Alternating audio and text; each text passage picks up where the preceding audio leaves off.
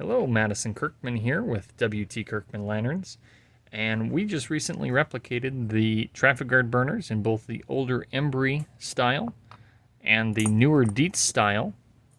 These do also fit the Luck-E-Lite truck lamps. But I'm going to show you the trick to getting the wick pulled through these, because just like the originals, it's a little difficult.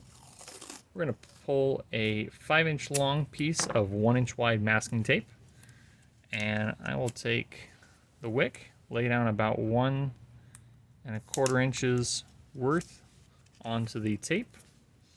We're going to take that first third of tape and roll it onto the second third.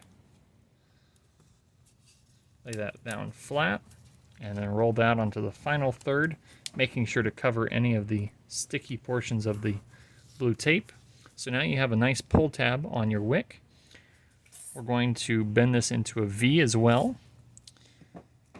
Reason being that there's a single cog inside this burner that engages with the wick. We're going to take that V, we're going to put that around the other side of the cog. So get that fed through the pull tab. And once you get it to here, I have found it myself easiest to put the burner upside down in my left hand and to keep pulling, readjusting and pulling on the tab while turning the wick razor to slowly but carefully pull the wick through the burner.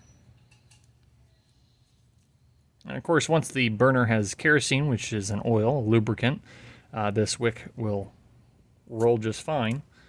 But there the wick has been pulled through, and if I have any frayed stray hairs on the wick, I can just char it from there with a match. But that's how you can pull the wick through one of these burners. Thank you very much.